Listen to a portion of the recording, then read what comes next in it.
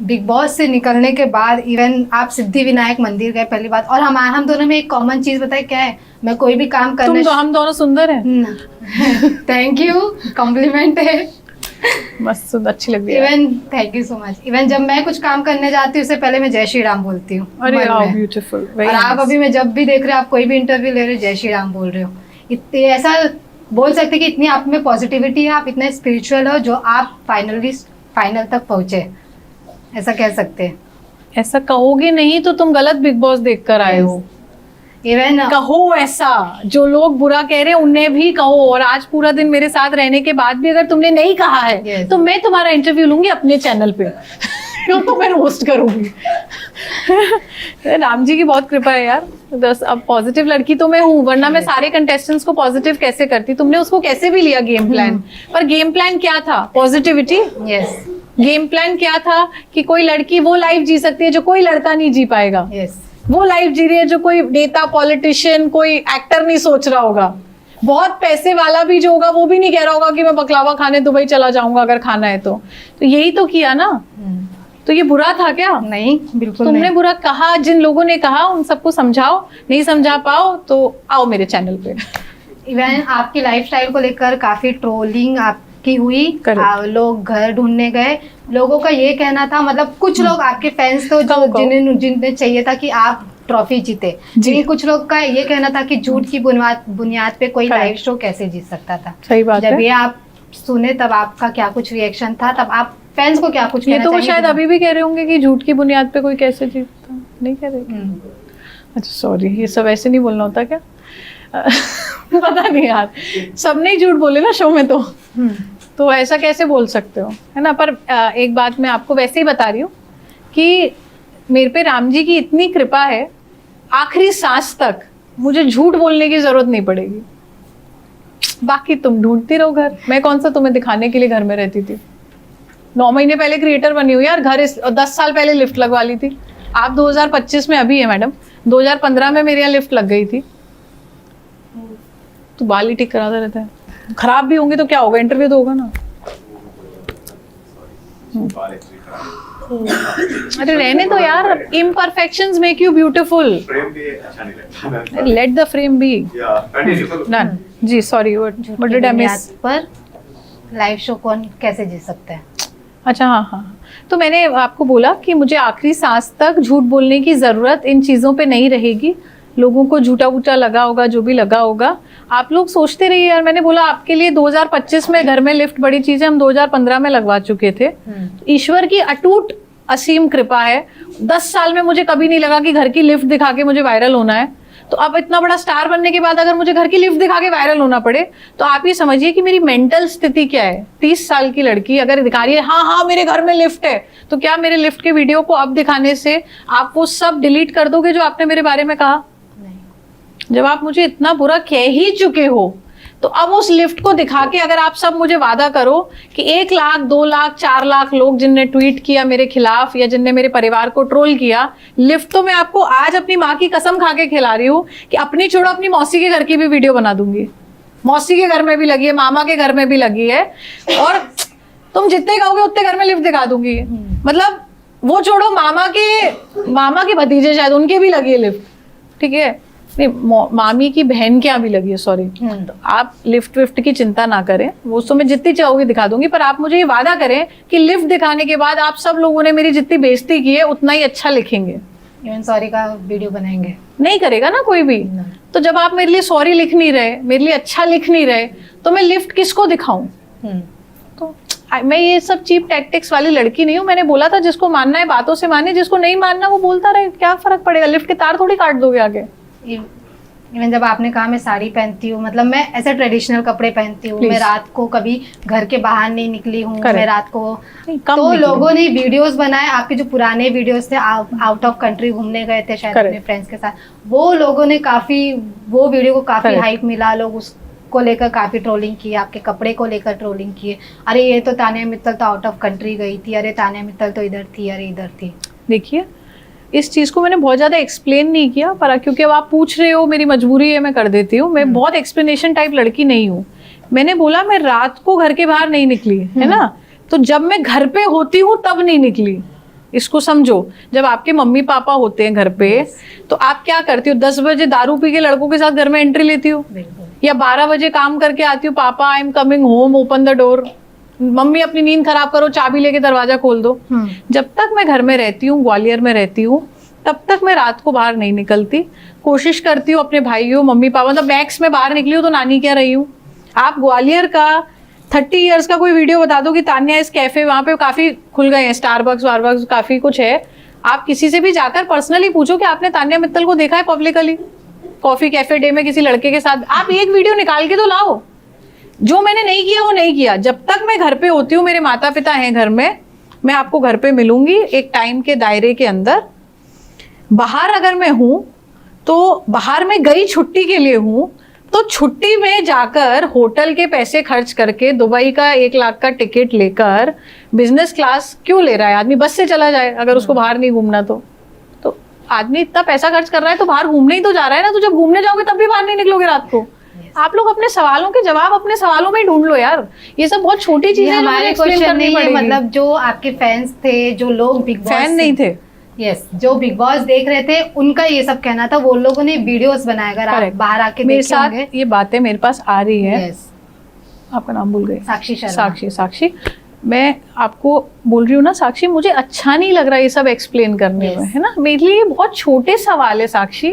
मैं अगर दुबई घूमने जाने के लिए पैसे खर्च करूंगी या वृंदावन जाऊंगी तो एक दिन आप होटल में रुकते हो, सस्ता कमरा भी आप लेते हो तो 12-13 हज़ार रुपए का आता है ना, मतलब 10,000 2,000 1,000 रुपए का आता है।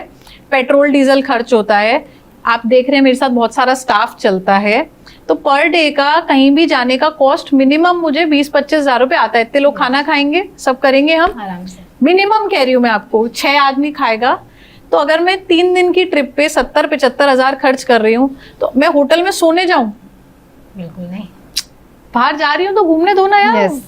घर में हूँ तो मर्यादा है। माता पिता जब तक घर में, आप बता दो अगर 6 बजे हो सकता है मैं तो दिन में भी नहीं निकलूंगी, मम्मी पापा को अच्छा नहीं लगे, मम्मी को पूछ के निकलती हूँ जितना करती हूँ। काफी आओ यार घर आओ, ये सब मत पूछो। इवन अमाल मलिक जिनके साथ आपकी बॉन्डिंग काफी अच्छी थी, कहीं ना कहीं स्टार्टिंग में आपका उनके साथ लव एंगल देखा गया, लेकिन सब बाद में नॉर्मलाइज हो गया। लेकिन जिस प्रकार अमाल मलिक बिग बॉस के घर में थे, लोगों का कहना था कि उनको एविक्ट हो जाना चाहिए उनके बिहेवियर की वजह से। बिग बॉस क्योंकि वो अमाल मलिक है, वो मतलब उनके फेम ऑलरेडी पहले से, इसलिए बिग बॉस शायद उनको झेल रहे थे। आपका क्या इस पे ओपिनियन है? और जिस प्रकार उन्होंने शब्द यूज किए थे लोगों के लिए। देखिए अमाल ने मेरे लिए भी बहुत कुछ बोला है, कुत्ता बना दूंगा सुना भी, और उसके बाद अमाल ने मुझे गाली भी दी है जो शायद नहीं आई। तो हम इस बारे में तो बात ही ना करें कि अमाल ने क्या क्या किया है नहीं किया है। पर बिग बॉस हम सबसे बड़े हैं, he is a star maker. सड़क से उठा के स्टार बनाने की ताकत उस शो में है ना। मैं भी तो एक छोटी सी क्रिएटर थी ना। वहां तो 20-20 साल पुराने एक्टर आए हैं। अमाल ने सोच ना सके वगैरह गाने वाने बनाए, उसने बताया मुझे तो ये तो बहुत बड़ा आदमी ऑलरेडी है यहाँ पर। कॉन्सर्ट करता है, सब करता है। कबीर सिंह में भी गाना है उसका। उसने मेरी तो बहुत अच्छी फ्रेंडशिप थी, तो मुझे पता है कि उसने कौन कौन से टी सीरीज में, उसके 100 से प्लस सॉन्ग्स हैं और 120 और समथिंग सॉन्ग्स उसके टी सीरीज में है। मुझे सब याद रहता है ना। तो इतना टैलेंटेड म्यूजिशियन है, इतना बड़ा आदमी है वो ऑलरेडी बाहर। तो बिग बॉस के लिए वो जब सबको लाते हैं, एक सा टास्क, एक सा राशन, घर में सबको सिमिलर ट्रीटमेंट, एंडेमॉल चैनल जियो टीम, मुझे नहीं लगता वो किसी के साथ पार्शियलिटी करती है। सबको उनके हिस्से का न्याय मिला घर में, सबके साथ हुआ जो होना था, नहीं होना था। अमाल ने थोड़ा सा ज्यादा किया चीजों को, बट उसको निकाला इसलिए नहीं किया क्योंकि वो ये भी समझ रहे थे कि ये उसका एक नेचर भी है। तो जब ला रहे होंगे तब भी पता होगा ना। तो हर चीज को बैलेंस करके चलना पड़ता है। हर आदमी को सेम ट्रीटमेंट आप नहीं दे सकते। तो उन्होंने किया and I think it's been a fabulous show. Amaal के बिना क्या आपको मजा आता? इवन जो भी कंटेस्टेंट थे उनके बिना नहीं मजा आता। एवरीबडी इज डन वेल यार। अमाल इज डन सुपर्ब। इवन लोगों का कहना था आप ब्लैक मैजिक करते, मेरा कहना है कि अगर आप ब्लैक मैजिक करते तो शायद ट्रॉफी आपके हाथ में होती।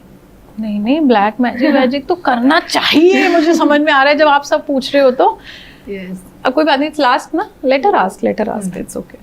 तो ब्लैक मैजिक वगैरह मैंने बोला भी थोड़ा गलत है ये बात बोल के कि ब्लैक मैजिक वगैरह जो है मेरी मम्मी ने नहीं सिखाया है। मैं एक 12th पास लड़की हूँ।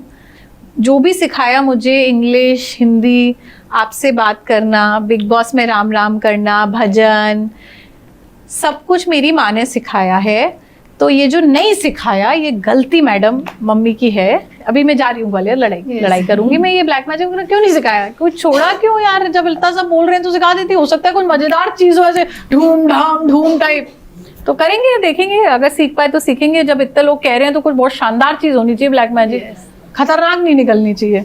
इवन आपके कमेंट सेक्शन में एक लाइन ज्यादा वायरल हो रहा है, जीके क्या करेगा, जीके ट्रॉफी लेकर जाएगा, जीके ट्रॉफी लेकर चला गया। मेरे कमेंट सेक्शन से निकल के मालती भी आई थी।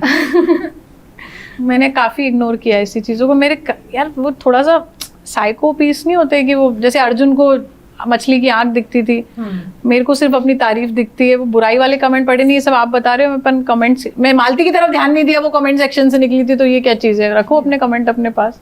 इवन आपके साड़ी, आपके जो घाघरा थे बिग बॉस में काफी चर्चित थे। Out of the context question मैं पूछना चाहूंगी, प्लीज बेटा, अगर आपका कोई एक साड़ी मतलब काफी वायरल हुआ था, लड़कियों को काफी पसंद आया था आपका साड़ी, कौन सा? कोई भी साड़ी, आप जो भी सारे ही आए होंगे ना? Yes, yes. फिर ठीक है। तो फिर अगर कोई एक साड़ी आपको ऑक्शन में देना हो, कौन सी साड़ी दोगे, कौन से कलर की थी, वही बता सकते हो, और कितना रुपए का? सुरभि ना? सुरभि। नाम क्या आपका? साक्षी। साक्षी शर्मा, ब्राह्मण। हाँ, यार अच्छा लग रहा है। साक्षी, एक साड़ी क्यों ऑक्शन करेंगे? 5 साल के कपड़े ऑक्शन करवा दो, रिपीट तो मैं करती नहीं। यस। एक आध साड़ी ऑक्शन है, वो वैसे भी बहुत जगह लेनी पड़ती है। मेरा भाई बहुत परेशान हो जाता है, इसलिए लोग कंफ्यूज भी हो रहे हैं। 2500 स्क्वायर फीट, 10,000 स्क्वायर फीट। मेरे से भी गलती हो गई, मैं बता नहीं पाई अलग अलग जगह कहाँ साड़ियाँ रखी है। मैं उसको क्लैरिफाई नहीं किया, फिर मुझे बहुत छोटा सा महसूस होता है कि नहीं ये एक हमारे घर में जगह है, ये हमारे यहाँ पे जगह है। ये तुम आके नापो यार, इंची टेप से मेरा क्या जा रहा है? मेरी सब जगह बहुत साड़ियाँ हैं, भगवान की बहुत कृपा है, और हमारे ईश्वर की कृपा है कि आप एक साड़ी छोड़िए 5 साल की साड़ियाँ ऑक्शन करा सकते हैं, क्योंकि रिपीट ज्यादा नहीं की है। कुछ साड़ियाँ हैं जिनमें मैं कुछ मंदिरों के दर्शन किए हैं, तो उसमें मुझे ऐसा लगता है कि ईश्वर का आशीर्वाद है। कुछ साड़ियाँ हैं जो मैंने अपने फादर के साथ, मदर के साथ पहनी है, या अम्मू, और जैसे रोया तो उसका रुमाल बांधा था ना मैंने, तो कुछ साड़ियों में मेरा इमोशन है। वही 20 साड़ी होंगी जो मैं रिपीट करती हूँ कभी एक आध बार साल में। बाकी की 5 साल की मैं मुंह से बात करती हूँ, पूरी ऑक्शन करवा देंगे, रेट जो चाहे आप लगा लो। पैसे का लालच कभी नहीं था। बिग बॉस की सबसे बुरी चीज जो आपको सबसे बुरी लगी और सबसे अच्छी चीज हो, आप कभी नहीं भूलेंगे? कैसे भूलूं यार ये सब। मुझे बुरी चीज मैं कुछ भी नहीं कहना चाहती, क्योंकि कोई एक चीज को बुरा कहने का मतलब है बाकी सारी बुरी चीजों को छोटा महसूस कराना। टॉप क्लास बुरा हुआ है। सब बुरा एक समान, सारा बुरा सबके साथ। I give a dam. मैं सारा बुरा भूल जाना चाहती हूँ। एक अच्छी चीज मेरे साथ शो में हुई, वो था दी सलमान खान। सपना पूरा हो गया, बाकी क्या फर्क पड़ता है। इवन आज मैं सलमान खान सर को देख कर आ रही हूँ एक इवेंट के दौरान। मैडम मैंने क्या बोला, एक चीज बहुत अच्छी हुई, सलमान सर ने मेरा नाम लिया। किसी भी वजह से लिया, बार बार लिया। कितने लोगों को इस जन्म में ये नसीब मिलेगा? बिल्कुल। तो वो याद रहेगा, ताउम्र पूरी जिंदगी याद रहेगा। लास्टली अपने फैंस को क्या कुछ मैसेज देना चाहेंगे, जो अब बोल रहे तानिया मित्तल डिजर्विंग थी, तानिया मित्तल के हाथ में भले ट्रॉफी नहीं आई लेकिन उन्होंने लोगों का दिल जीता, बिग बॉस को बनाए रखा? देखिए, मेरे जो भी फैंस हैं जिन्हें लग रहा है मैं डिजर्विंग थी और नहीं जीत पाई, मैंने आज उन्हें सिद्धिविनायक का वीडियो डाल के पूछा भी क्या मैं हार गई। मैं पढ़ रही हूँ कमेंट्स, हम सब बात कर रहे हैं, थोड़ा मन में उनके है जो भी, मैं उनसे बात करती रहूंगी। मैं उन्हें यही समझाने की कोशिश करूंगी कि जीवन में हर जंग जीतने के लिए नहीं लड़ी जाती। कई बार जंग में होना भी आपकी जीत है, तो इसको आप दिल पे ना लीजिए। हम नहीं जीते तो क्या हुआ, कोई और जंग लिखी होगी जो हमें ही जीतनी है। तो there is, you can not compare the sun and the moon, they have a different time to rise, they rise when it's their time. तो जब मेरा वक्त आएगा विनर होने का, तो मैं कहीं ना कहीं जीत जाऊंगी। आप परेशान ना हो, मैं कोशिश करूंगी आपके लिए कुछ जीत के लाऊं। क्योंकि आप लोग दुखी हो रहे हैं, मुझे बुरा लग रहा है। क्यों दुखी हो रहे भाई? मैं घर जा रही हूँ, मम्मी मिलने वाली है, चूल्हे में जान दो सब कुछ। इवन एक लास्ट क्वेश्चन पूछना चाहूंगी जो कि पर्सनली मुझे भी काफी हर्ट किया था। जिस प्रकार आपके मम्मी पापा ने भी एक स्टेटमेंट जारी किया था, मतलब उन्होंने कहा था कि आपको जिस प्रकार ट्रोलिंग किया जा रहा है, जिस प्रकार बोला जा रहा है, अब वो कैसे हैं जब आप उनसे घर से निकलने के बाद मिले? उनकी मानसिक स्थिति कैसी है? उन्होंने कितना, कब आए मम्मी पापा स्टेटमेंट लेने? अब मतलब तुम किसकी मम्मी का वीडियो निकाल के लाई? मेरा नहीं था एक स्टेटमेंट। तुम घर आओ, मेरे मम्मी पापा पार्टी कर रहे होंगे, दुबई का बकलावा खा रहे होंगे मेरे पीछे से, तो ये सब चीजें आप ना सोचें कि मेरी फैमिली इन सब चीजों से हिलेगी। वो बहुत स्ट्रांगली रूटेड लोग हैं, उन्हें तो हंसी आ रही होगी सोच के कि लिफ्ट पे लड़ रहे हैं, तो वो सोच होंगे ये भी नहीं जवाब देगी, वो मेरे को भी जानते मैं भी साइको केस हूँ। तो सब बहुत मजेदार फैमिली है मेरी। बस वो मेरे लिए बहुत दुखी है जो मेरे साथ हुआ। तो मैं अभी ज्यादा बात नहीं कर रही हूँ, क्योंकि मैं बात कर रही हूँ मेरा रोना आ रहा है, मैं थोड़ा ट्रॉमेटाइज्ड हूँ। मैं इसलिए बॉम्बे रुकी हूँ 3-4 दिन अपने आप को नॉर्मल करके, फिर सबसे मिलूंगी। आप लोग को सेल्फी भेजूंगी। सब लोग को लग रहा है कि मैंने अपनी मम्मी छुपा ली परिवार का सच बताने के लिए, but I think it's time.